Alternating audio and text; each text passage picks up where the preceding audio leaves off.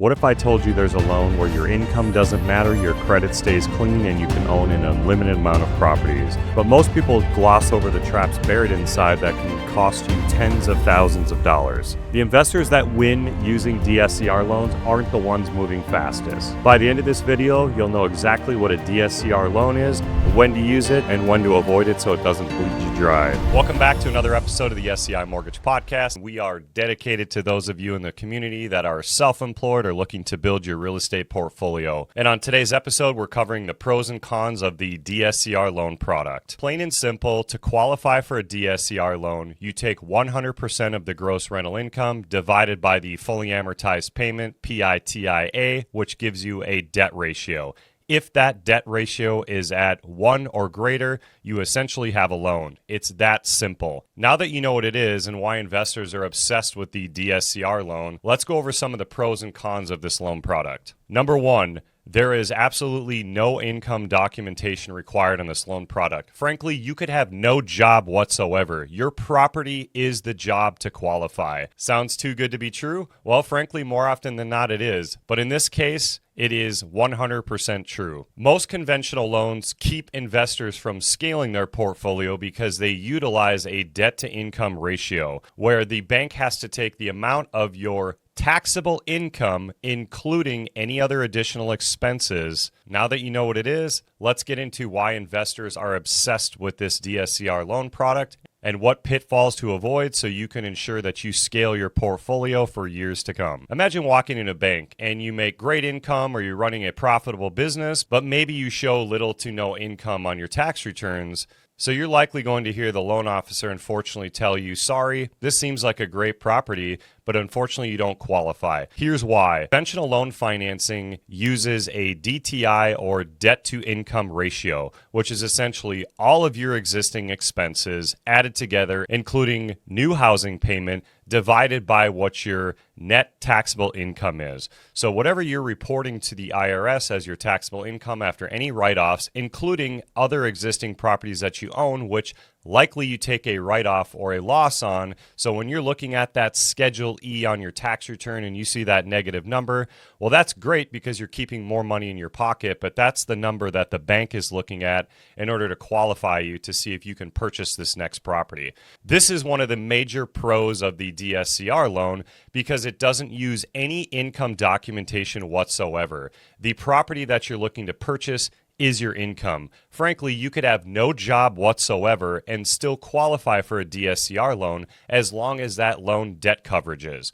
So what does debt coverage mean? Essentially, it is your mortgage payment, including all taxes and insurance, divided by what your proposed gross rent is. 100% of the rent is used, which will in turn give you a debt coverage ratio. Typically, the investor is going to want to have a 1 or higher debt ratio. However, there are plenty of loan products available that have no ratio, frankly, which we have covered in previous videos, so feel free to check those out. Number 2, the DSCR loan often does not report on your credit. So why is that so powerful? Because every time you finance your next investment property using conventional financing, you're slowly bleeding into your debt to income ratio. So let's say you've built up your real estate portfolio, it's generating massive positive cash flow. You walk into the bank to go get qualified for that beautiful dream home that you've always wanted, but the loan officer says, sorry, your debt to income ratio is too high. You write off all this investment income on your tax returns, and although they may be profitable to you on paper, they look like they're doing poorly.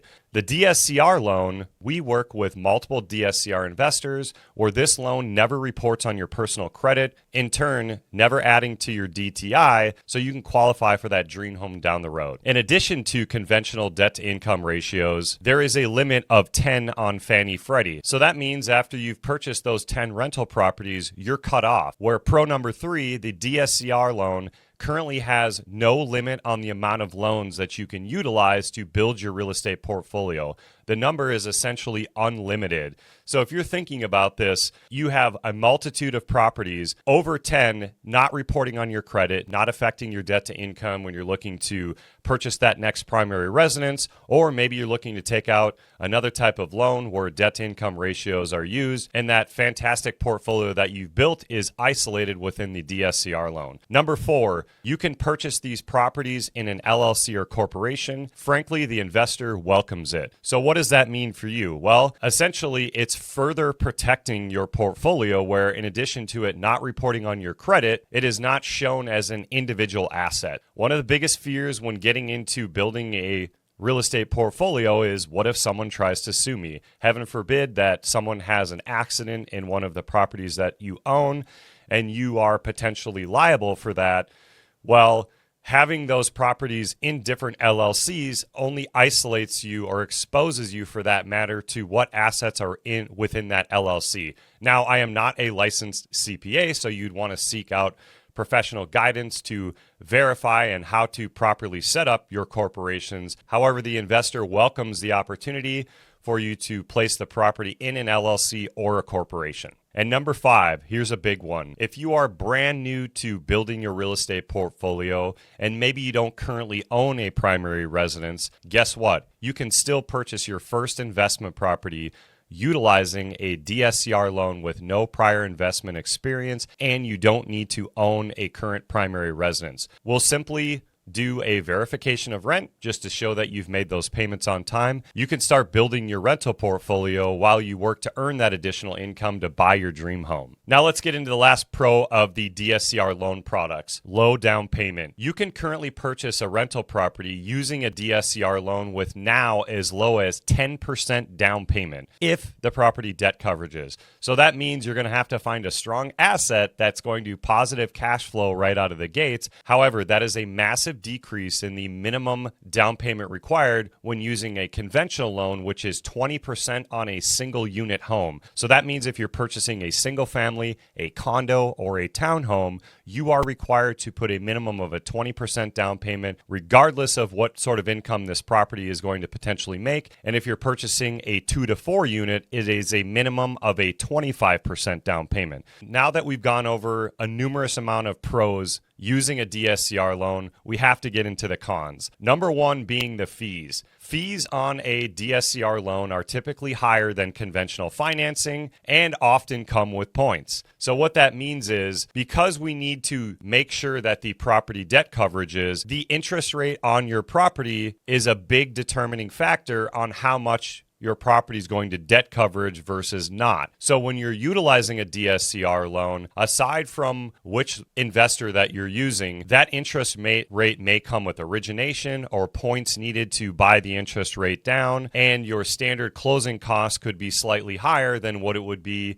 using typical conventional financing, all the way down to the processing, underwriting, and standard third-party fees associated. Number 2, the interest rates are slightly higher on the DSCR loan. Good news, though, is with where the market is currently, these DSCR rates are mirroring very close to conventional financing in the investor space. For example, if you're putting the standard 20% down payment required when using a conventional loan on a DSCR loan, and you utilize a prepayment penalty, you are on average right at par with what the current conventional investment rate is, or maybe 1/8% over, which is huge. And in previous videos, we have covered the pros and cons of when to utilize a prepayment penalty, but it just goes to show that the DSCR loan is continually closing the gap on interest rates, giving you the advantages of what traditional conventional financing would be. Which takes us into the last potential con of a DSCR loan is prepayment penalties. There's many loan products out there that don't require any prepayment penalty, but again, you have to remember, if you're not utilizing a prepayment penalty, likely your interest rate's higher. And when I mean higher, that on average is 1% or greater over the standard conventional interest rate currently being offered at that time. So how do you take advantage of all of this without getting getting yourself into pitfalls. Here's a couple things to keep in mind. If you are going to utilize a prepayment penalty,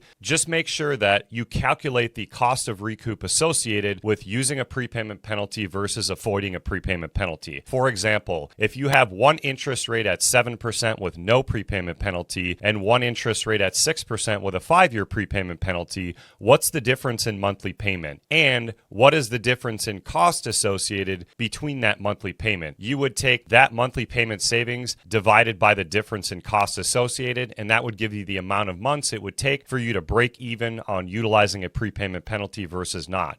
Or secondly, if you're purchasing properties in states where the average purchase price is $200,000-$300,000, guess what? The closing costs associated when refinancing a loan are typically the same up to around $1 million in finance loan. So that means when you're paying for title, processing, underwriting, escrow, notary, all those standard one-time third-party fees associated when buying or refinancing a home are going to exist whenever you refinance the loan. So if it costs you on average $4,500 to $5,000 in closing costs, if you're not paying any points and there's no origination on the loan, and should interest rates drop and you take advantage of those lower rates, how long would it take you to recoup those closing costs versus simply adding a prepayment penalty to bridge the gap while you further wait for interest rates to decrease? So let's unpack that just a little bit further because it is a lot to digest. For example, if you close your home now on a 6% interest rate with a 5-year prepayment penalty, but the average interest rate was 7%, and let's say a year goes by and now the current interest rates are at 6%, which you're currently at, you would have had to pay $5,000 on average for your closing costs to leave your 7% interest rate you took at the time in order to go into the new interest rates at 6%. How much of a payment savings would that be if your loan amount was, say, $200,000, may only be $100 or $125 a month in payment savings, but it took you $5,000 in fees in order to get that new 6% rate. You would have to take that $5,000 divided by those average $125 in monthly payment savings, and that's how many months it would have taken you to recoup those costs versus just utilizing that prepayment penalty up front. So this is why the DSCR loan can be so powerful if it's used correctly. And it's extremely important that you talk to your loan officer and make sure that they're understanding what your overall vision is for building your real estate portfolio.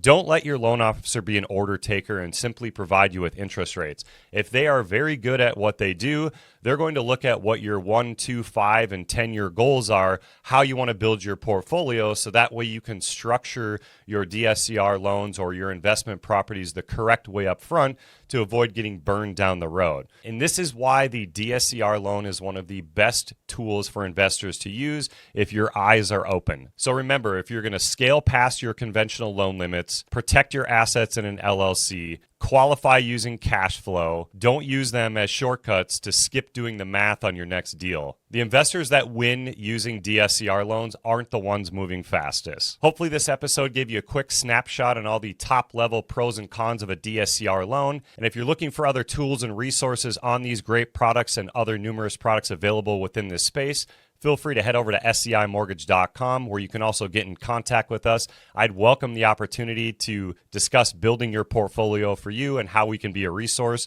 And thank you so much for being a part of the community. Until next time, let your income work smarter, not harder. We'll see ya.